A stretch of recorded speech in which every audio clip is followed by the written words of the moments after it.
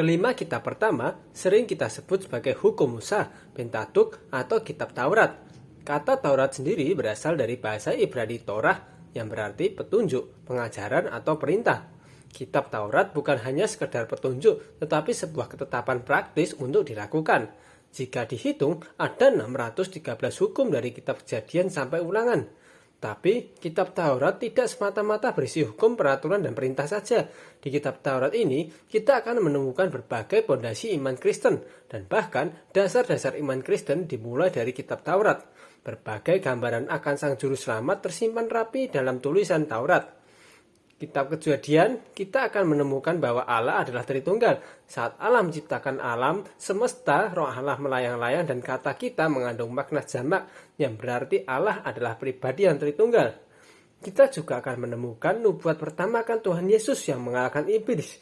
Sang Juru Selamat dari awal sudah dinubuatkan akan mati saat mengalahkan iblis, yaitu maut. Selanjutnya kita disuguhkan dengan berbagai kisah kejatuhan manusia dari tiap generasi. Tapi di setiap generasi selalu ada seseorang yang taat kepada Allah sampai kepada nenek moyang bangsa Israel yang dipilih Allah untuk menjadi kerajaan imam dan menjadi berkat bagi bangsa-bangsa.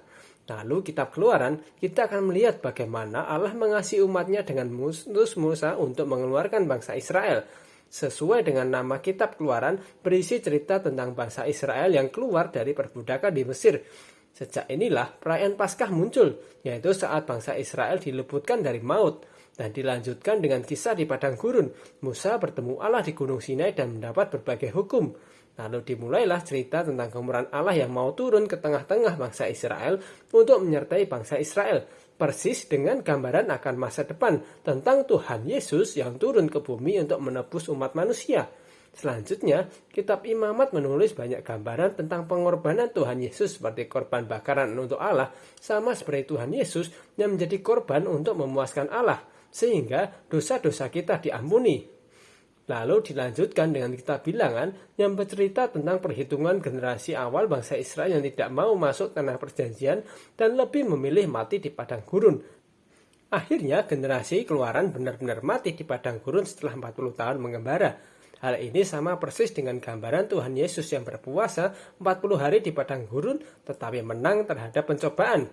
Di padang gurun ini juga kita akan melihat gambaran ular tembaga yang diangkat Musa untuk menyembuhkan, sama dengan Tuhan Yesus yang berada di atas kayu salib sehingga setiap orang yang memandangnya selamat.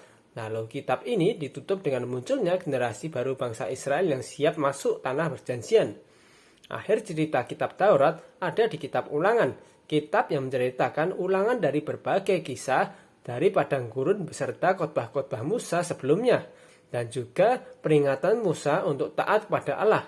Karena berkat atau kutuk ada di tangan bangsa Israel. Apakah mereka mau taat dan mendapatkan berkat atau tidak taat dan mendapatkan kutuk. Lalu Musa memberkati generasi baru bangsa Israel dan ditutup dengan kematian Musa. Lalu Yosua maju diangkat untuk menggantikan Musa. Roh Allah menyertai Yosua.